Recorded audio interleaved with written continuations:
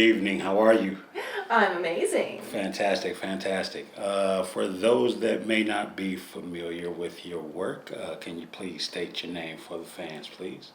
I'm Celestina Blooms. Wow, wow, welcome. Thank you. I'm happy to be here. Celestina, we're going to ask you a couple of questions to get to know you a little better, okay? Yeah.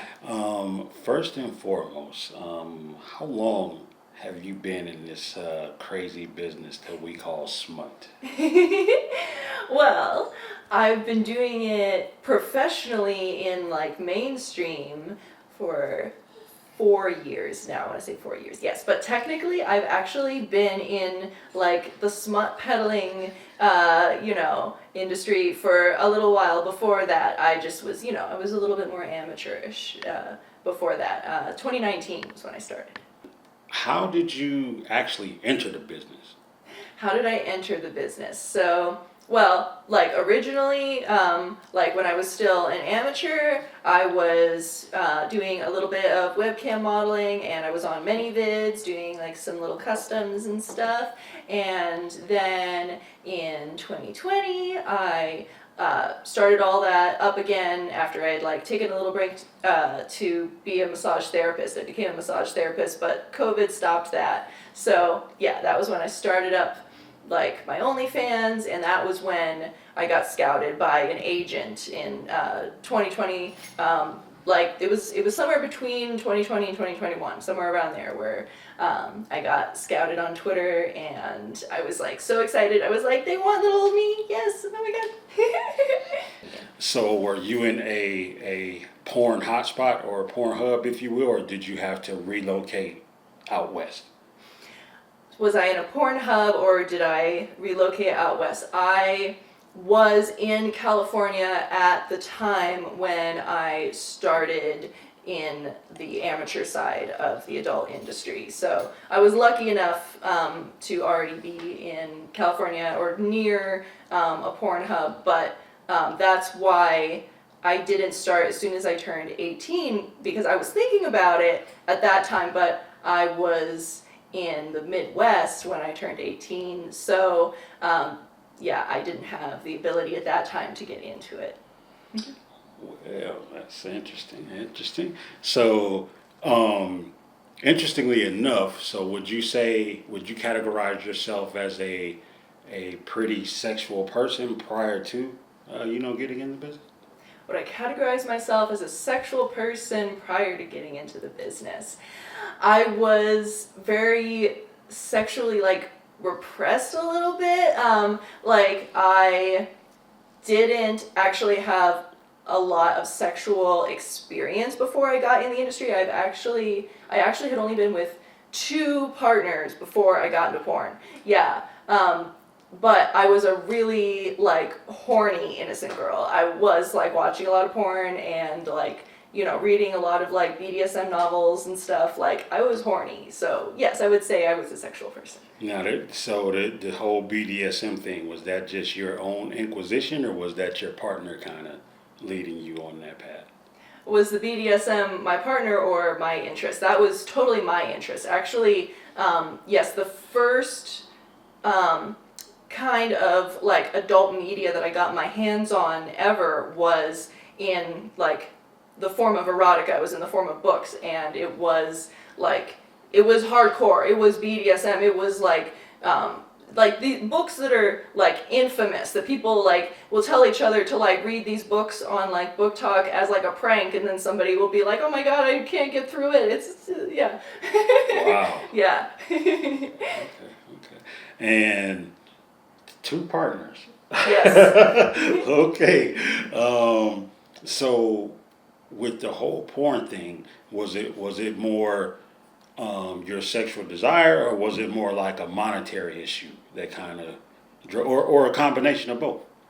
Was it a monetary reason or my interest that made me want to get into the industry? I would definitely say a combination, because like it has been super helpful. The monetary aspect, obviously, I have benefited from, but like I had many options. Like, I could have done massage. I was in massage school.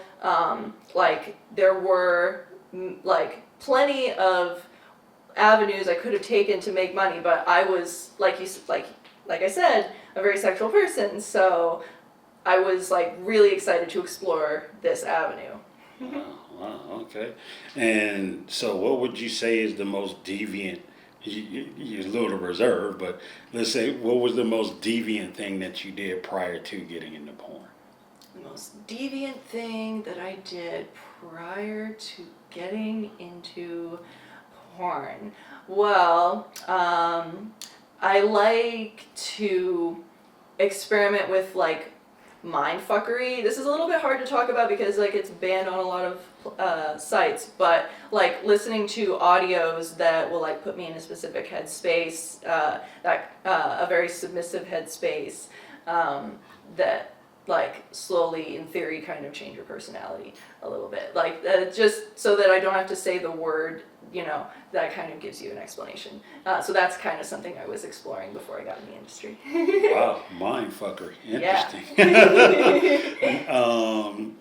So today we are going to engage in quote unquote a interracial scene. Mm-hmm. Can you tell me, have you been with black men prior to your entry into porn?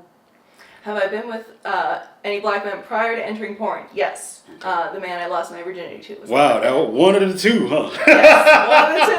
Yes. The other one was an Asian man. There you go, man. God bless that brother. Okay, great. And Richard Mann, are you familiar?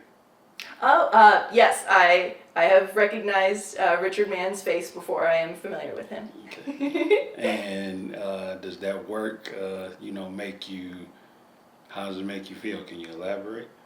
I don't know if I've actually watched any of Richard Mann's like videos specifically, but I like recognize his face. He has like a very iconic face. Okay. And a very iconic dick. Okay. Hey, good enough, man.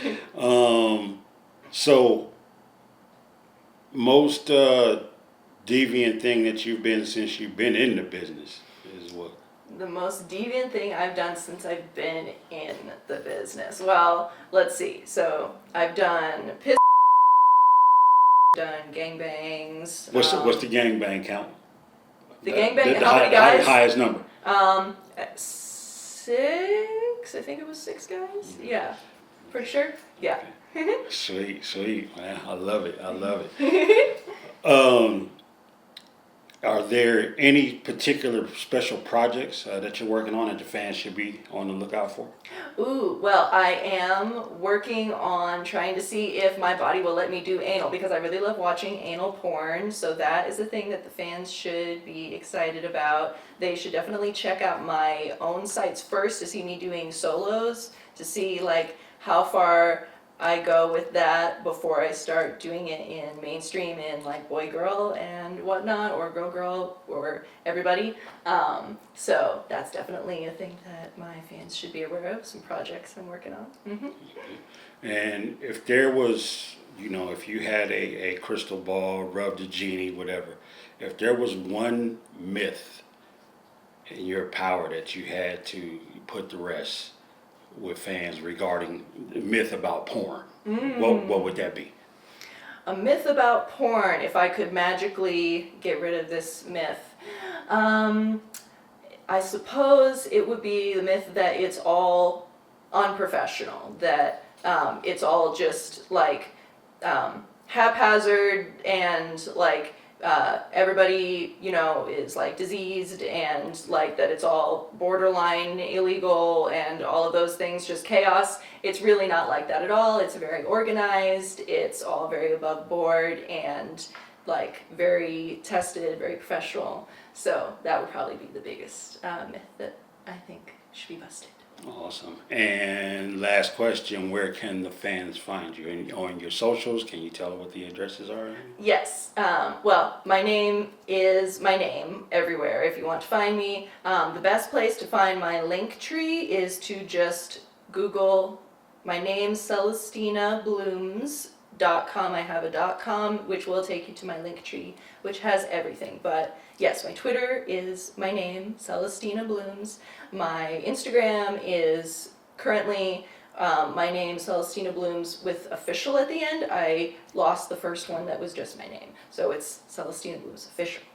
And my OnlyFans, I have two. One is Celestina Blooms Official, one is just Celestina Blooms. So there you go. Thank you so much. This was very, very enlightening. Glad. Thank you.